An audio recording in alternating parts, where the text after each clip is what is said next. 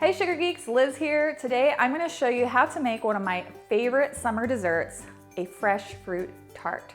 So good, so easy. It's coming up next on the Sugar Geek Show.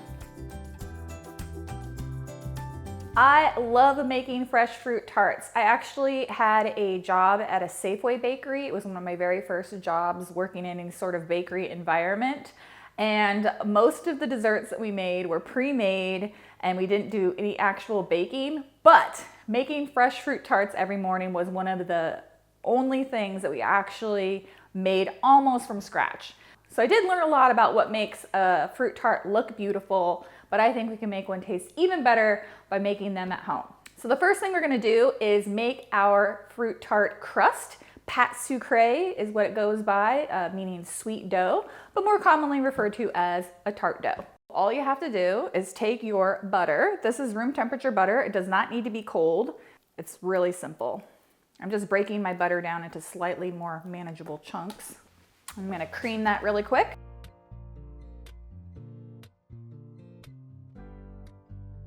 Now I'm gonna add in my sugar. I feel like my powdered sugar is a little bit lumpy, so I'm just gonna sift it, just so I don't have any of those lumps stuck in my actual finished dough.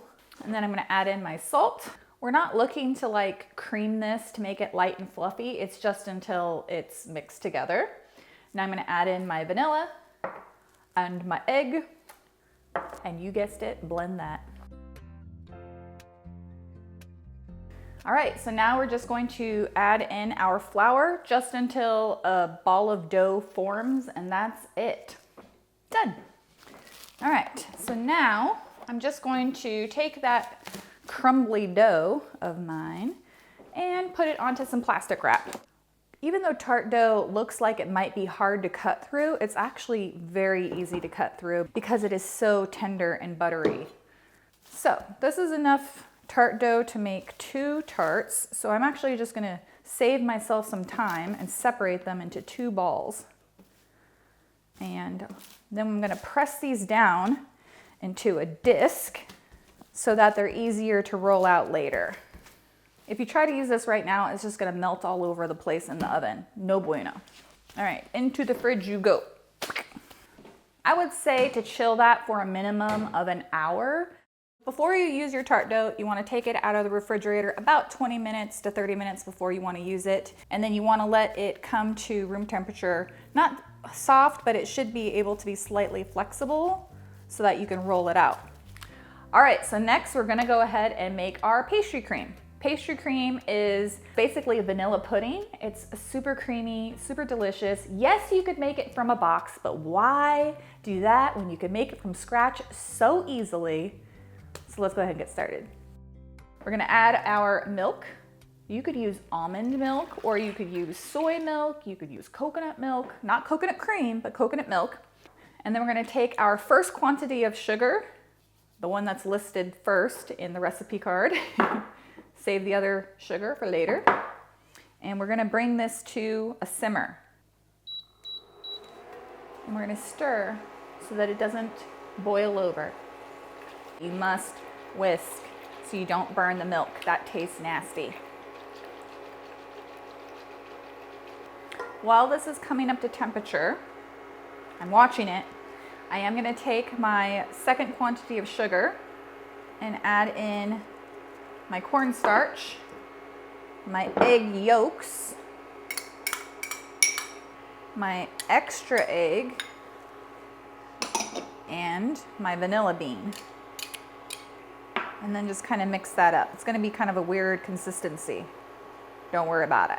The cornstarch is just kind of added insurance to make sure our pastry cream is thick enough to use. Traditional pastry cream does not have cornstarch in it, but I want you guys to have success, so this is a little backup. So whisk, make sure that doesn't burn. Ooh, you can see all those beautiful vanilla beans. It looks so pretty. I have a little heat-proof measuring cup here. You could also use like a plastic measuring cup or something that's not gonna melt. And what we're gonna do, as soon as this comes to a simmer, We're gonna take a little bit of that hot milk and we're gonna add it into our egg mixture and then whisk vigorously. So you might be feeling stressed about how long it's taking for your milk to come to a simmer. It can take, you know, like 5 to 10 minutes. So just don't rush it. Just know that in your mind that it's gonna take a couple minutes. All right, that's starting to simmer. I'm gonna turn off the heat for right now. I'm gonna bring my egg yolk mixture over. I'm gonna scoop out some of this milk and then I'm just gonna start adding it in while I'm whisking. So you can just add like a little bit, just get it a little bit loose. So now we have nice, loose, tempered mixture.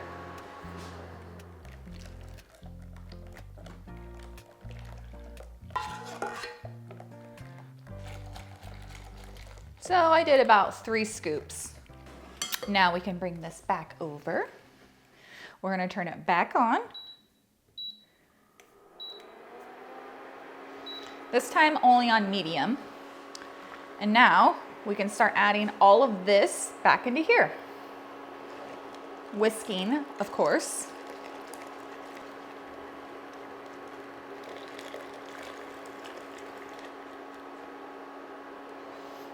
And now all we have to do is just mix this until it starts to thicken. You can see this is starting to get thicker. I can feel it. I can feel it starting to get more viscous. Almost there. Now you want it to actually start bubbling again. That's going to make sure that the cornstarch gets cooked. Once it starts bubbling, we're going to cook it for 1 minute and then we're going to be done. Now look at the timer. Whisking, whisking, whisking.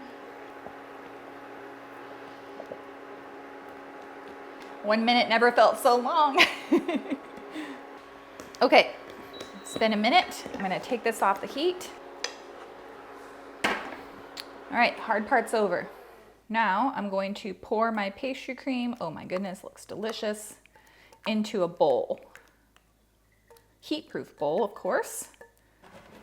So pastry cream is very hot right now. It needs to chill before we can use it for anything. It does like to form a skin on top. So I learned in pastry school, you take some butter and you put that on top and it melts. And that butter forms a protective barrier over the top of the pastry cream. All right, so now I'm gonna just set this aside. I'm not gonna cover it. I'm not gonna do anything. I am just gonna let it cool down until it's just warm to the touch, and then I'm gonna stir the butter in. Bacon is science. All right, our pastry cream has cooled down. I can tell that it's ready to stir because the butter around the edges is actually starting to set. It's not totally cold, but it's starting to set, and the bottom of the bowl is still just barely warm. So this is the perfect time to stir. Looks very gelatinous at first. So you might get to this stage and think, uh-oh, I ruined it. But trust me, it looks normal. Now I'm gonna whisk. As you can see, it just all comes together nice and smooth.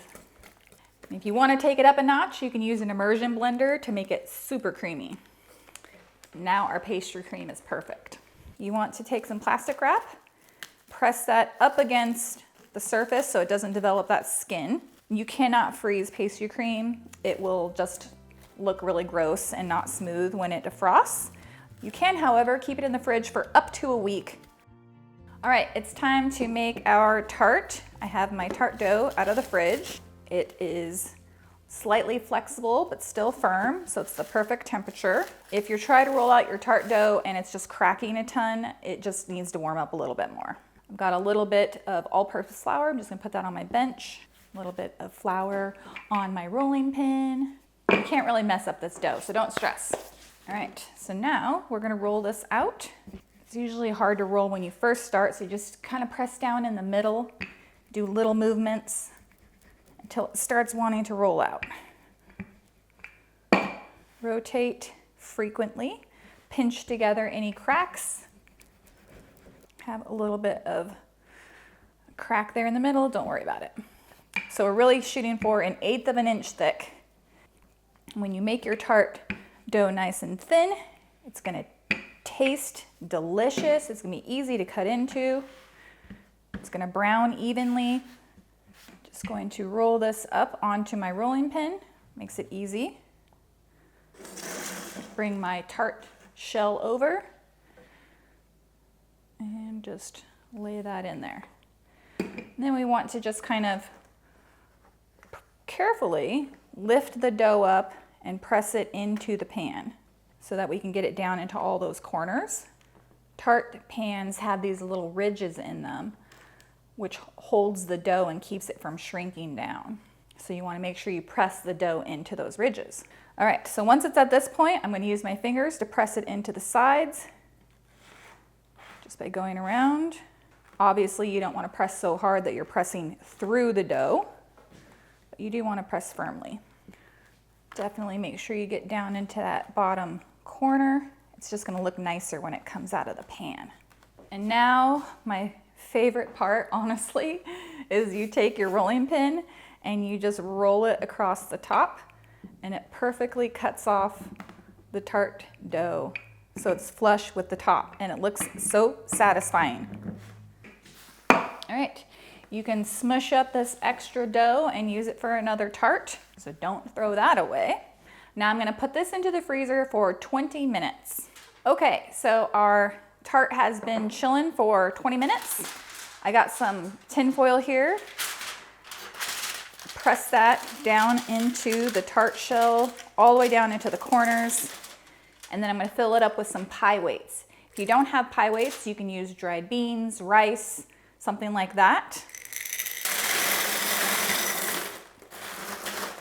All the way up to the top. I don't need quite this much extra. I leave the extra tin foil because it makes it easier to lift out. And what we're gonna do is we're gonna bake this in the oven. This is called blind baking. This is a common thing that you do when you're making a tart that has filling in it that is not cooked, like the fresh fruit tart. I'm gonna transfer this to a baking sheet so it's easier to handle, especially when we take it out of the oven. So I'm gonna bake this for 30 minutes inside our preheated oven. I'm gonna rotate it after 15 minutes to promote even browning. Then I'm gonna lift out the weights and bake it for another 10 minutes till it's nice and golden brown. You can tell when your tart is done because it'll be nicely browned and it will start pulling away from the edges of the pan. Now I'm gonna place this whole thing into the fridge to let it cool down faster so we can assemble our tart. All right, so our tart crust is cooled down and now we get to start assembling. The first thing I'm gonna do is melt down a little bit of chocolate and brush the bottom of my tart shell. The reason for this is typically you would assemble your tart and eat it within a couple of hours, but I'm actually making this tart to eat tomorrow for my husband's birthday. So I don't want the pastry cream to make the tart shell soft. So a trick that I learned in Safeway is that you brush the shell with some chocolate, and not only does it taste really good with the pastry cream and the berries, but it keeps that crust from getting soggy. So if you've never melted chocolate before, you should know that you have to go low and slow. So I'm gonna put this into the microwave for about 30 seconds, stir with a spatula, and then do 15-second increments until it's almost melted, because the warmth of the bowl is gonna melt it fully. And if you melt it too much, it's gonna burn and then your chocolate is wasted and there's no way to save it.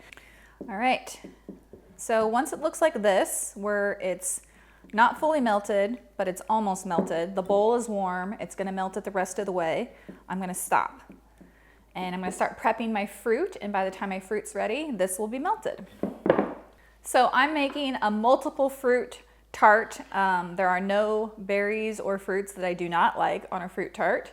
Classics are strawberries, blackberries, raspberries, blueberries, also kiwi and mandarin oranges if you can find them. These have already been washed and dried so that they will be nice and fresh. If you don't know how to wash your own fruit, you should check out my How to Wash Your Strawberries video on sugargeekshow.com. So we're not going to do anything to the raspberries or the blackberries or blueberries, but I am going to prepare the strawberries. Try and pick some that are not super huge and just cut off the top and then cut off the end. I'm going to slice them really thin, about 1/8 of an inch thick. You probably won't use these little end pieces, so you can just eat them. And then we can fan out our strawberries. So I'm just gonna prepare a few of those right now. You can also just cut them if you don't want to do like the fanning. You just slice them in half. You can just go rustic and just pile everything on top, but you know, this is a special tart for a birthday, so I'm gonna put extra effort into it. I love how these ones look. All right, that's probably good. And then our chocolate is nice and melted. I have a couple of little lumps in there. I could hit this for maybe 10 more seconds. I also have some lovely little kiwi fruit here. I love kiwi fruit. And I'm going to just cut the ends off like that. And then I'm going to use my paring knife to just carefully cut off just that outside skin. Obviously trying to cut off as little as possible. Going nice and slow, keeping control of our knife so we don't cut ourselves. Whenever you're cutting fruit and vegetables, try and use the sharpest knife possible. And I'm going to cut those into 1/8 of an inch slices. You see those beautiful seeds? Oh, looks so pretty. Some people are allergic to kiwi, so if you're making this as a gift, make sure they don't have a kiwi allergy that you don't know about. Okay, our chocolate is nice and melted, nice and smooth, and not burned, which is great. All right, so we have our tart. I'm just going to gently lift up from the bottom to release it from the outer ring. Since it shrinks a little bit, it should release just fine.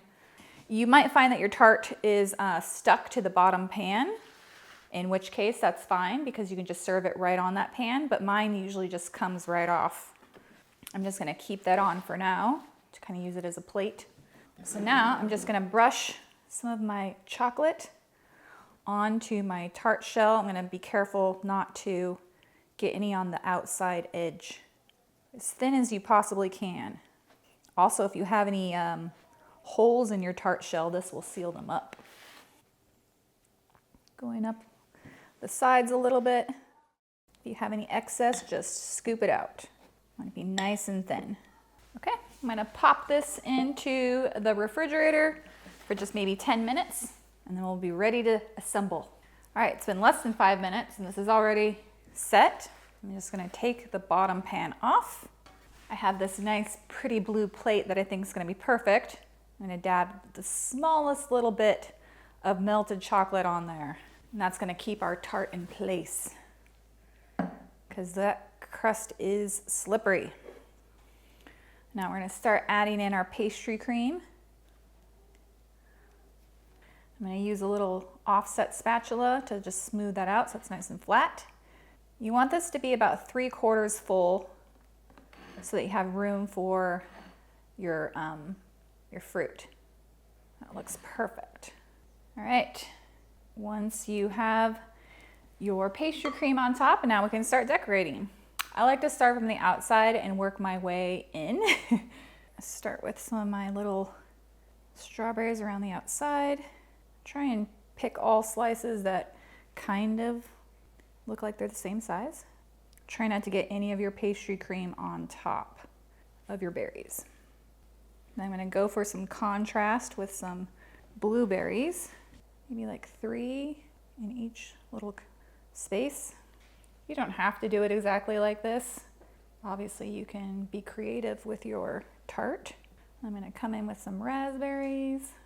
Actually, scratch that. I'm gonna do kiwis first. Like contrast of color. Slightly overlap my kiwis onto the strawberries, leaving just a little bit of a space in between. I'm gonna put some raspberries in between there. And then some big old blackberries. These are actually Marion berries. These are huge. For the center, I'm just gonna cut one big strawberry kind of into thirds and then lightly fan it out. And you can fill any sort of loose spots with a few more berries. I think I need to cut those a little bit thinner. There we go, looks a little bit nicer. And then lastly, I'm gonna take a little bit of my apricot preserves. We'll put about a tablespoon of water in it and microwave it until it's melted. And then you give that a stir with your brush. You can use a pastry brush or just any kind of clean sort of brush. And this is what we're going to use to glaze our berries. You can also use watered down corn syrup, piping gel, or if you just happen to have some berry glaze, that works too. And what we're going to do is we're going to brush all of the cut fruit. We're not going to brush any of the actual whole berries because it will just bead up and look really messy. So we're just going to go on top of like the kiwis. Don't be shy. Put some more on. We put the glaze on to keep them looking fresh and delicious, and from the moisture from evaporating. And if you have to put this in the fridge overnight, it keeps that cut fruit nice and fresh. And that's it, guys. So now that this is done, I'm gonna put this into the refrigerator overnight to chill, and it'll be ready to cut and serve tomorrow for the party. All right, that's it, guys. That is how you make your very own fresh fruit tart. Hopefully you've enjoyed this tutorial. If you make one of these fresh fruit tarts using this video, please tag me on Instagram so I can share it. I'm Liz Merrick, and I'll see you guys next time. Bye.